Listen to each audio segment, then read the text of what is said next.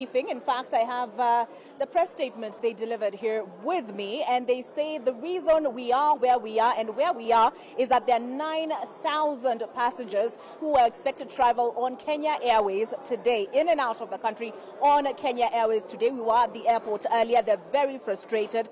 They're complaining that the communication from Kenya Airways is poor. They're complaining that the help desks are manned by too few people, and therefore they don't know whether where they're going, whether they're traveling today or whether they're going to be accommodated at the cost of Kenya Airways. As you mentioned, the Cabinet Secretary for Transport, that is Kipchumba Murkomen, as well as the CEO for Kenya Airways, Alan Kivaluka, say that hotels in Nairobi are fully booked, and therefore they have to scramble to figure out where they're going to take the passengers who are stranded in Nairobi. But in the meantime, they're looking to book them on other airlines, and they're also looking to make alternative arrangements for those traveling on domestic flights. Those traveling on domestic flights, they say, will be accommodated mainly on Jambo Jet, which is a subsidiary of Kenya Airways. Now, part of what was contended this morning by the CEO of Kenya Airways is that he doesn't know, to use a political phrase, what the irreducible minimum is for these pilots behind me to get back to work. They say they're here, they're in uniform, and they're ready to get to work once the Kenya Airways management demonstrates what they call good faith at the negotiating table, and also they say once they demonstrate a genuineness to listen to their concerns and their demands. And so, as you can see, they are in uniform. They've also disputed the CEO's statement that the council, that is the executive of CALPA, called in sick and exposed their members who have downed their tools essentially since 6 a.m. this morning. Now, according to the Transport CS and verified by the CEO of Kenya Airways, Kenya Airways is losing upwards of 300 million shillings a day. So we've talked of 9,000 passengers. They're saying 300 million shillings a day translates to about 2 billion shillings a week.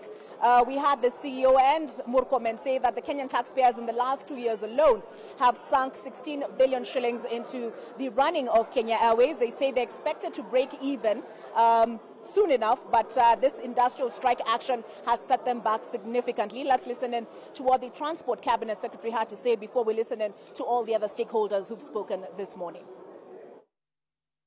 I am very disappointed with our pilots, and particularly the association itself, because I spent a lot of hours yesterday pleading with them that this administration has just come to office, and that those of us who are cabinet secretaries are barely a week in our offices, and that the concerns they addressed, which concerns have been in existence for the last 2.5 years, since the advent of COVID, and others go beyond the last 3 years, are issues that we could address given time.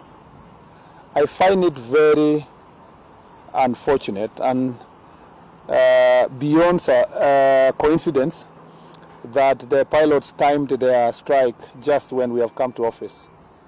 In other words, I asked the pilots why they were doing this and whether they were doing it to test the resolute of the government that has come to office in terms of the decisions they make.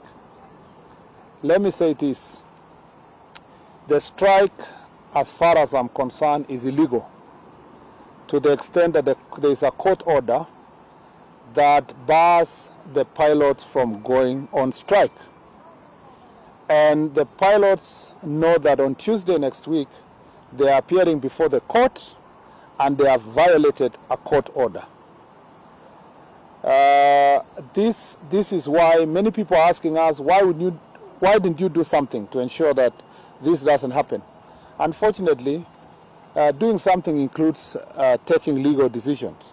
And the legal decisions taken by the management was to the extent that we preserve the status quo without any strike until Tuesday next week, when the court will now decide whether to vary that order or not.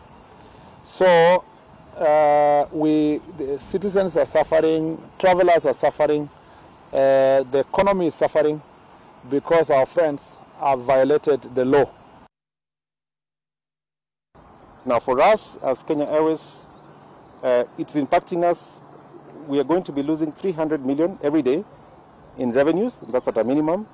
That excludes the amounts of money we're going to be using to accommodate people, to transport people, and to reconnect people, and then the reputational damage that both Kenya as a country and the airline in general is going to have because of this illegal act. The demands from the CALPA to remove or to reinstate people is completely unacceptable to us as a board.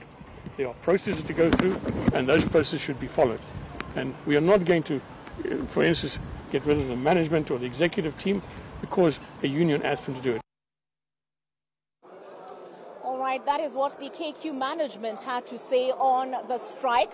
And the CEO, Alan Kilavuka, said they have up until 10:30 a.m. tomorrow morning, these pilots behind me, to report for duty. He's also said that the pilots are acting outside a court order and therefore the strike is not protected. And Murkomen, as I mentioned earlier, compared it to economic sabotage, or rather that was the comparison he made. We had Michael Joseph speak on some of their demands, including a change of management. He has said the board, as far as the board is concerned, that is not a demand that the pilots can make, as it does not fall under their purview. But I want to ask to listen now to what CALPA had to say. We had Mureithi Nyaga address us, just as I mentioned, a few moments before 1 p.m. And he is the General Secretary of CALPA, in addition to being its CEO. And after him, let's hear what the passengers, the very frustrated, I must add, passengers at the Jomo Kenyatta International Airport had to say as well. We again reiterate that management has made no meaningful effort to have a discussion on these matters. Since CALPA issued the industrial action notice, the only meetings held so far have been under the auspices of the Central Organization of Trade Unions, COTU, and the national government through the Ministry of Transport as well as Ministry of Labour. We appreciate the efforts made by COTU and the government to resolve this impasse, with the most recent meeting held yesterday co-chaired by the CS Roads and Transport and CS Labour. The purpose of this industrial action is not to test the new government, seeing that they have just taken office. There are painstaking issues that have been on the table far too long, and CALPA firmly believes that the time is right to have them resolved once and for all. We again reiterate that management has made... Booking was done for me about more than a month ago or so, and we came this morning for the usual check-in, and we were amazingly told by the agents that there are no KQ flights leaving today because the pilots are on strike. So we really don't know what's happening, and nobody from the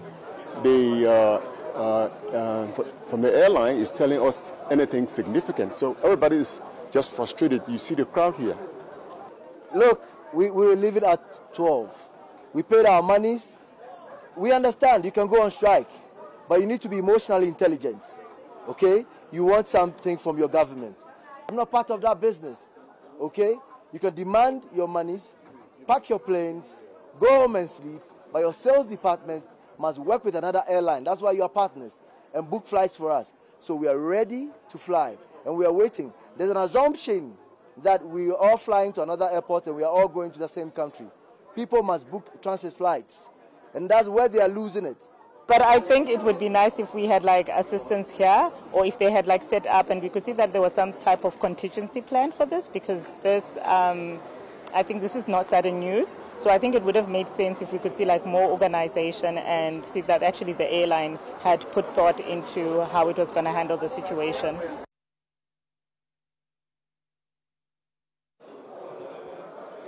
All right, Dan Mwangi, you are now officially up to speed on all that has transpired since the strike began at 6 a.m. this morning. I stay on the story. And for any and all news updates, do keep an eye on our ntvkenya.co.ke website, our NTV Kenya YouTube page, as well as our NTV Kenya social media handles.